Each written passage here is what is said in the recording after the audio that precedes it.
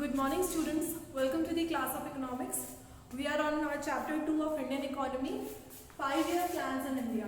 Okay, so yesterday in our last class we had a discussion regarding the success or achievement of planning.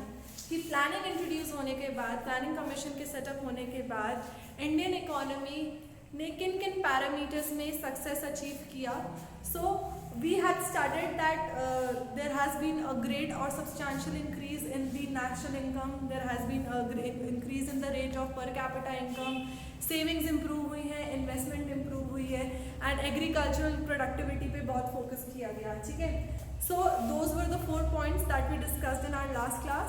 In the continuation of the same topic, we are left with 5 more subheads, so that we are going to cover today.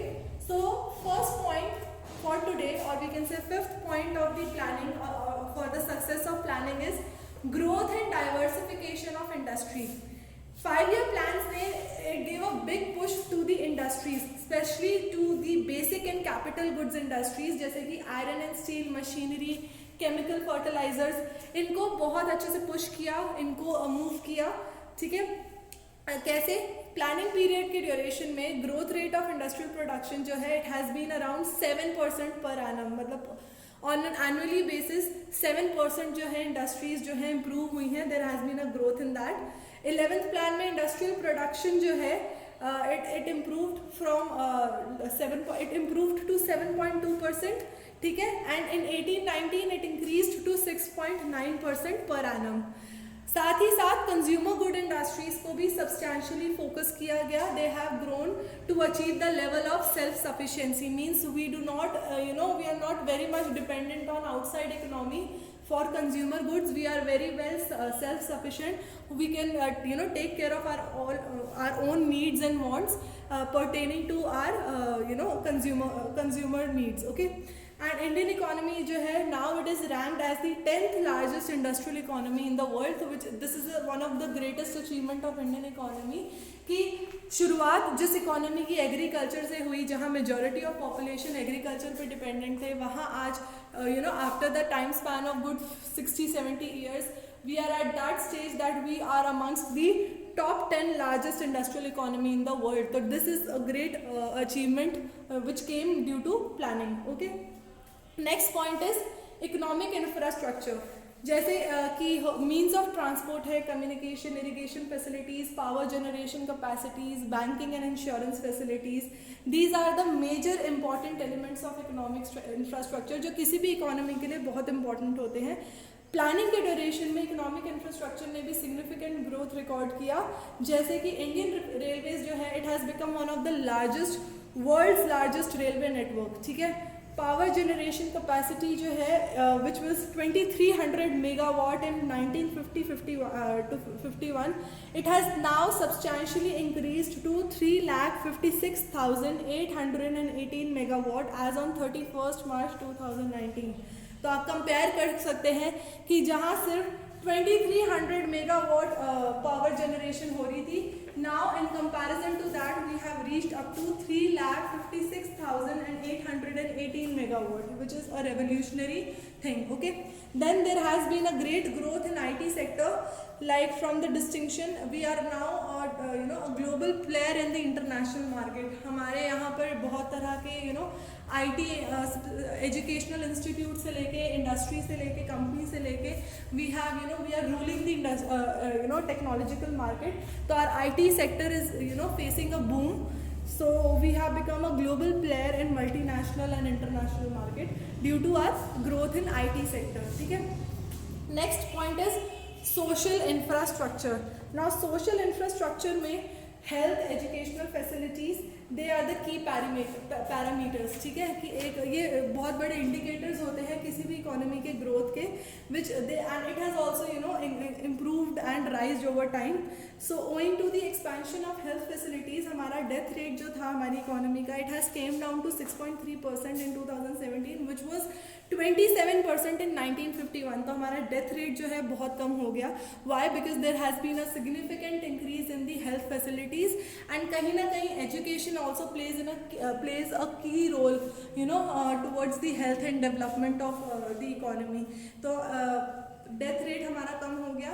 Then there has been a rise of average life expectancy rate from 32 years in 1951 to 69.4 years in 2018.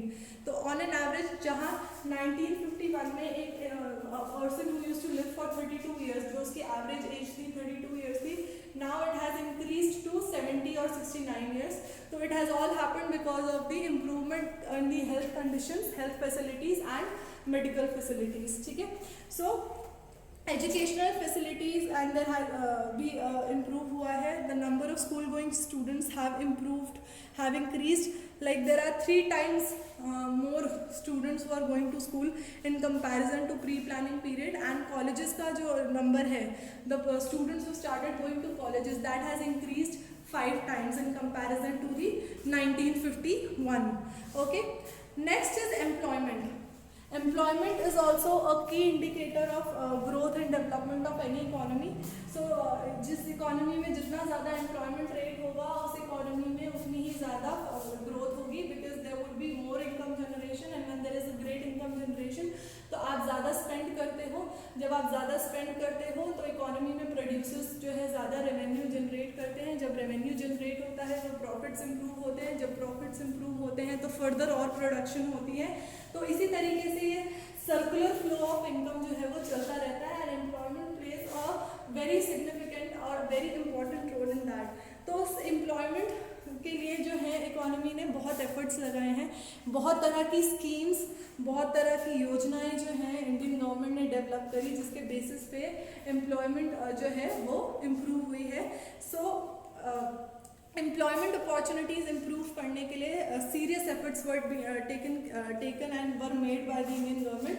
5-year plans में government had launched several employment generation schemes.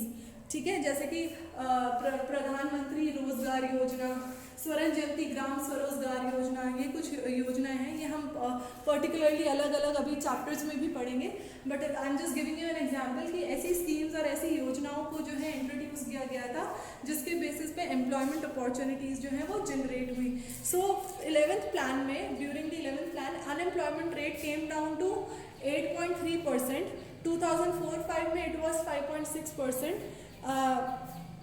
इन 11-12 मतलब 8.3% था 2004 या 5 में, which further came down to 5.6% in 2011 and 12, and now it has increased to 6.9% in 2018-19. These are the projected figures as per the data collected. Okay, 12th 5-year plan में government has fixed the target of creating 50 million employment opportunities. 5 crore employment opportunities generate करने के लिए government ने जो है इस plan में, 12th plan में फिक्स किया है टारगेट. ठीक है. So government has work really hard to generate employment opportunities because somehow employment is considered the backbone of economic growth. Okay, and next point is international trade. आप economy में individually जितना मर्जी grow कर लो, but it is very important for any economy to survive in the international market. और international market में survive करने के लिए आपका इंटरनेशनल ट्रेड बहुत स्ट्रॉन्ग होना चाहिए. तो during the plans, volume and value of Indian foreign trade have increase substantially. Initially, Indian economy was little reluctant. They were little apprehensive in joining hands with the international economy because एक डर था कि कहीं फिर से Britishers या कोई और इकोनॉमी जो है इंडियन इकोनॉमी को सरपास ना कर जाए, ओवर पावर ना कर जाए, एंड फिर से कहीं इंडियंस जो हैं वो should not come under the grip of any other economy. So we were little apprehensive initially, but gradually जो है हमारा फॉरेन ट्रेड जो है बढ़ता गया. 48-49 में value of foreign trade was just 792 crore, which increased to 59,02,036 crore in 2018-19. Composition of export and import जो है ड्रास्टिकली चेंज हो गया है. प्लानिंग से पहले हम सिर्फ प्राइमरी प्रोडक्ट्स जो हैं वो एक्सपोर्ट करते थे इंडस्ट्रियल आउटपुट के लिए और इम्पोर्ट करते थे फिनिश गुड्स, बट अब पैटर्न जो है वो रिवर्स हो चुका है. Now we have change the composition. अब हम प्राइमरी प्रोडक्ट्स जो हैं वो इम्पोर्ट करते हैं और मतलब कम से कम प्राइमरी प्रोडक्ट्स जैसे APIs हो गया, रॉ मटेरियल हो गया, वो इम्पोर्ट करते हैं. फिनिश गुड्स जो हैं वो ज़्यादा प्रोड्यूस करके ज़्यादा से ज़्यादा दूसरी इकोनॉमीज़ में एक्सपोर्ट करते हैं, ठीक है. So there has been a significant mark in the area of export. Now we are exporting the engineering goods, which is a sign of industry, India as emerging as an industrial nation. Okay, so we are focusing on the re-engineered and engineered goods as well, जिससे हमारी economy को एक industrial nation की जो है वो identity मिलती है, ठीक है. तो इन शॉर्ट अगर हम इससे पूरा सम अप करें, इंडियन इकोनॉमी ने सिग्निफिकेंट ग्रोथ जो है रिकॉर्ड करी है with structural changes during the period of planning, and this it has happened across all the sectors of the economy. And growth जो है वो जैसे जैसे इकोनॉमी ग्रो करती गई है वैसे वैसे there has been a substantial increase in the standard of living of people as well. So this was about the success of planning, how economy achieved the growth rate in national income, per capita income, savings and investment in industrial sector, in agricultural sector, changing of infrastructure, be it economic and social, rise of employment opportunities and international trade. इन सब के बावजूद भी there have been some dark spots, ठीक है. ये तो बात हो गई सक्सेस की, बट कुछ फेलियर्स भी हैं जो इंडियन इकोनॉमी ने जिस पे टारगेट किया था बट वो उस टारगेट को अचीव नहीं कर सके. That failures we are going to cover in our next class. For today that's all. Thank you.